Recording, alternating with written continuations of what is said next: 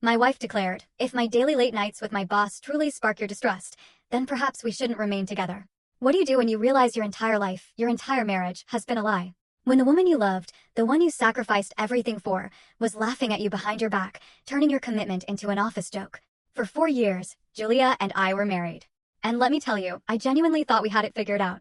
We weren't that fairy tale couple, constantly posting about our perfect love on social media. But we were solid. Or so I kept desperately telling myself, even as I watched my wife transform into someone I barely recognized. It all started innocently enough. Or at least, that's what I thought, because apparently, I'm about as sharp as a bowling ball when it comes to reading the obvious signs.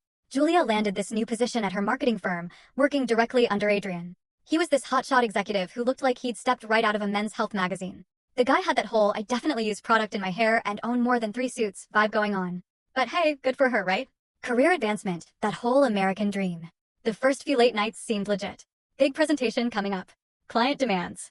Just the usual corporate circus that keeps the lights on and the mortgage paid. Julia would come home around 9, maybe 10 p.m., looking tired, but buzzing, talking animatedly about strategy sessions and brainstorming marathons with Adrian.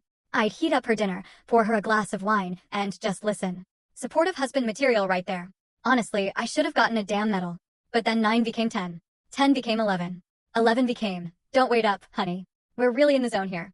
Suddenly, every single project at her company apparently required round-the-clock attention from my wife and her dreamy boss. What were they doing over there? Solving world hunger? Curing cancer? Nope. Just selling overpriced skincare products to suburban moms. But apparently, that required more dedication than NASA's moon landing. The changes were subtle at first, which is probably why it took my dense ass so long to connect the dots. Julia started paying attention to her appearance in ways she hadn't since we were dating. New dresses that never saw the inside of our apartment, let alone a dinner date with me.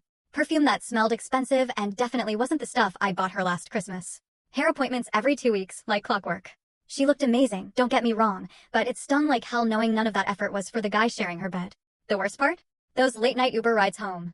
I'd hear her phone buzz, see Adrian's name pop up with messages like, "Car's here," or "Thanks for staying late again." Real professional stuff. Clearly nothing suspicious about your married employee's boss. Full story video added in below.